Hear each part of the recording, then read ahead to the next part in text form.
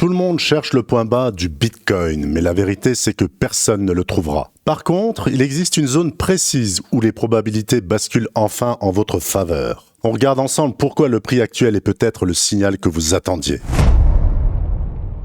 Ma conclusion est claire, techniquement on est sur l'un des meilleurs rapports risque-rendement de l'année. Mais attention, il y a une condition précise pour que ce ne soit pas un piège. On va se mettre dans la peau d'un investisseur et on va commencer par dézoomer réellement le graphique. On va se mettre en annuel, une donnée très importante justement pour du moyen voire du très long terme. Et ce que l'on peut voir à chaque grand cycle, Bitcoin finit toujours par inscrire un nouvel ATH. Peu importe les corrections puissent-elles être violentes, la tendance de fond reste haussière. Et comme je te l'ai expliqué, et je le répète là, je vais le résumer très brièvement, comme je te l'ai expliqué dans ma dernière vidéo, historiquement, les meilleures opportunités sur BTC jusqu'à présent sont toujours apparues quand le prix revenait tester l'ancien ATH. Ici, on est sur l'ATH de 2021. Là, ça a été le cas sur l'ATH de 2017. On n'est pas revenu sur l'ATH de 2013 et on n'est pas revenu sur l'ATH de 2011. Quant à présent, ici, on est posé sur l'ATH de 2021. Je rappelle une règle de base, un principe de base, une ancienne résistance cassée, brisée, peut faire office de support quand on revient le tester, ce qui est le cas maintenant. Et là, je descends en données mensuelles, ce que je peux constater, on a cette moyenne mobile 50. Je rappelle qu'une moyenne mobile, c'est ni plus ni moins que le prix lissé, là, moyenne mobile 50, les 50 dernières périodes, les 50 derniers mois, on a cette tendance qui est haussière. Et la stratégie très simple pour mettre les probas de son côté, c'est dans une tendance haussière, une tendance de fond qui est haussière, on privilégie des achats. Jusqu'à la preuve du contraire, c'est-à-dire jusqu'à ce qu'on vienne clôturer en dessous de cette moyenne mobile 50. Donc là, ce que je peux voir ici, là, maintenant, c'est qu'on a une confluence de signaux, c'est-à-dire qu'une moyenne mobile 50 représentative de la tendance haussière de fond, en données mensuelles, ce qui est très significatif, ce qui est très fiable, pour quelqu'un qui veut se positionner pour du moyen, pour du long terme, est en confluence avec une ancienne résistance qui peut faire fortement office de support là, maintenant.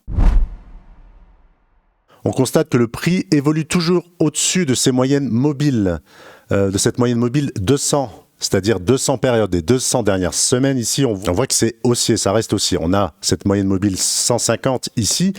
Donc, je te présente des moyennes mobiles qui sont très regardées par des investisseurs long terme. Ils regardent les moyennes mobiles lissées, ils cherchent des points, des zones de convergence. Ils commencent à rentrer partiellement justement sur ces zones précises. Donc, ce qu'on peut voir ici, on a une moyenne mobile 200, garante de la tendance long terme ici. On est pile poil posé dessus. Je t'ai déjà expliqué cette convergence avec l'ancienne résistance 2021.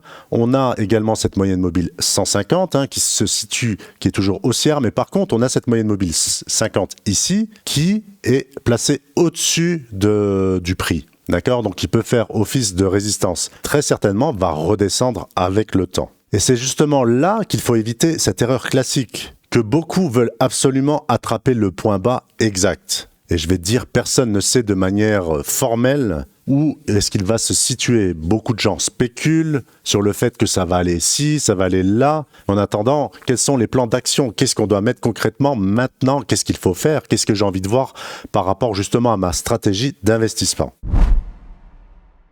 Et maintenant, ce que je vais te proposer, c'est une approche bien plus prudente, qui consiste à attendre que le prix reconquiert ici cette moyenne mobile 50. Ce qu'il est bon de voir ici, par exemple, si on prend ce cas-là, prend le cas d'ici de 2023, on a eu cette moyenne mobile 50 qui est revenue en dessous du prix, et là, on a eu cette convergence de toutes ces moyennes mobiles qui étaient dans le même sens, qui étaient en tendance haussière, et le prix se situait au-dessus. Donc, cette zone-là, si tu vas la retrouver, ce même cas de figure ici, tu vas avoir une confirmation, réellement une confirmation que le point ici, le point d'entrée est plutôt fiable. Donc tu auras un signal beaucoup plus propre, mais avec un inconvénient majeur et évident. Il faudra probablement que tu payes plus cher, si le cas se présente, que tu payes plus cher ce signal de confirmation sur Bitcoin. Passe en journalier, et là on va se mettre du côté des traders plutôt court terme. Il y a un plan de travail qui est relativement clair ici. Ce que l'on peut voir, là on avait cet ancien point bas, cette petite zone d'orange, on est venu extraire par le haut, on l'a réintégré. Donc on a valide le scénario en cas de réintégration ici, et là on peut voir qu'on vient de retester. On a cette belle bougie verte juste ici, d'accord, une belle bougie d'impulsion. Qu'est-ce que ça vient m'indiquer? C'est qu'on a cette zone des 60 000, 59 000 à peu près, donc qui est une zone clé, une zone importante ici, court terme en journalier. On a également là, on voit ici cette moyenne mobile de 100 qui fait office de résistance. On a cette moyenne mobile 50 qui se retourne, donc on a à nouveau ici une zone de résistance là, à peu près, mais on voit qu'on a une compression du prix, c'est-à-dire que on a une zone de résistance qui est un peu baissière comme ça, mais on a une zone de support, une zone de réaction de prix qui est de manière horizontale. Donc ici, on a une contraction du prix. On est au mois de juin, juillet, août, on va arriver dans une zone, là, attention, avis totalement subjectif, je pense qu'on va arriver dans une zone d'intérêt relativement faible. On a une zone d'invalidation qui est claire, en dessous de cette mèche ici des 59 000, avec une target ici autour des 76-77 000, d'accord, représentée par cette moyenne mobile de 100. Donc pour conclure, personne ne sait maintenant si le point bas est déjà en place. En revanche, BTC se trouve clairement, et je dis bien clairement, sur une zone technique et historique majeure. Ceux qui cherchent à acheter avec les probabilités de leur côté ont des arguments solides pour intervenir maintenant. Par contre, ceux qui veulent davantage de confirmation devront accepter d'acheter potentiellement plus haut. Et comme souvent sur BTC, c'est le compromis classique entre le risque et la certitude.